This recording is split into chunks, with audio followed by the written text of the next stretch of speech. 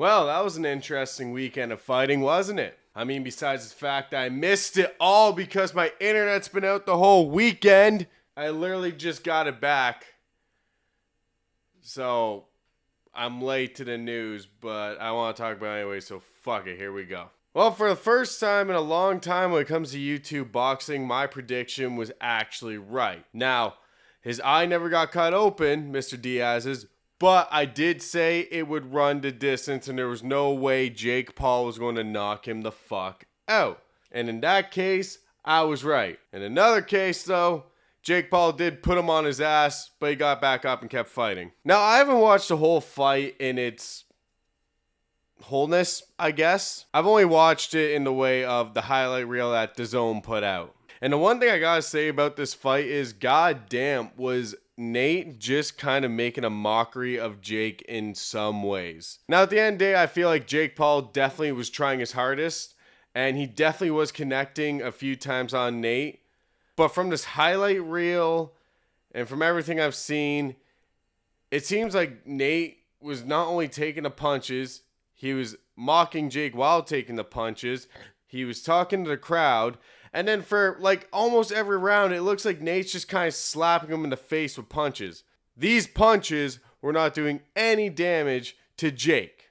Now maybe it was actually like Nate Diaz was trying, but his punches weren't doing anything. But also at the same time, I feel like Nate Diaz was just saying, fuck you, you can't knock me out, and I'm just going to you just because I can, and you still can't knock me out. Now it looks like by the end of the fight, Nate started throwing some heavy hitters. He definitely rocked Jake a couple times, it looks like, but whatever. At the end of it all, I think Nate talked his shit, kind of backed it up, and he walked out with a paycheck. And also at the end of the fight, Jake said he will give him $10 million doing an MMA fight, in which Nate said yes. $10 million, PFL, that's the offer.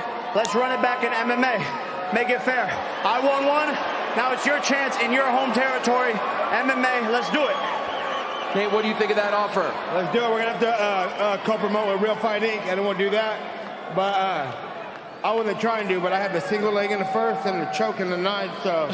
Now in this case, I feel like Nate has a big advantage with it because he's very good at jiu-jitsu, and I think he could take Jake to the ground and handle him no problem. And on top of the fact in MMA, that eye may be thinner gloves, but that eye, when they hit it, he can still fight. The ref won't disqualify him.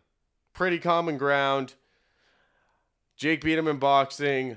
Nate might actually beat him in MMA, but I could be wrong. Now, of course, after the fight, KSI came out posting shit, saying how that was a terrible performance by Jake and, pretty much just dissing him. And I'm just going to say this. KSI, shut the fuck up. Stop talking shit about fucking Jake. Unless you're going to fight him. The scary part is about KSI is that his next fight is against Tommy Fury, which everybody knows is Jake's only loss. Why is this scary?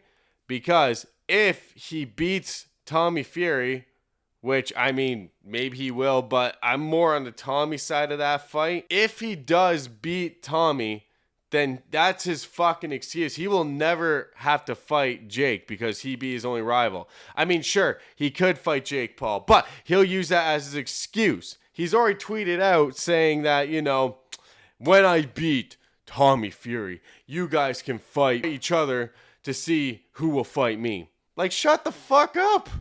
You're much of not being a pro boxer as Jake is, but Jake has fought a lot more and tried to keep the sport going, while you kind of did it, and then you said I need to focus on my music, and then you decided to come back and pick the fucking worst people that you ever could to beat and to boost your ego. On top of the fact, when you actually had a real guy that you could actually fight, that Joe guy, where the fuck his name was, you bowed him in the face and dropped him, and I'm pretty sure you lost your win over that. You just can't talk shit with this track record of yours, KSI.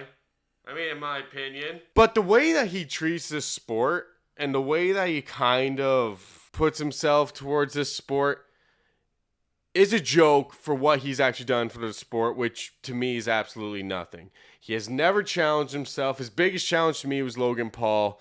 He keeps knocking out people who have less experience than him, but yet he says he's the fucking number one YouTube boxer like on the platform. And to me, he's wrong.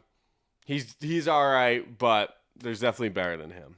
I don't know. I just kind of feel like the KSI versus Jake Paul fight has to happen because that's the fight that everybody wants to see. It's been years in the making. KSI keeps talking his shit, and I feel like he just keeps fucking ducking. So, I don't know.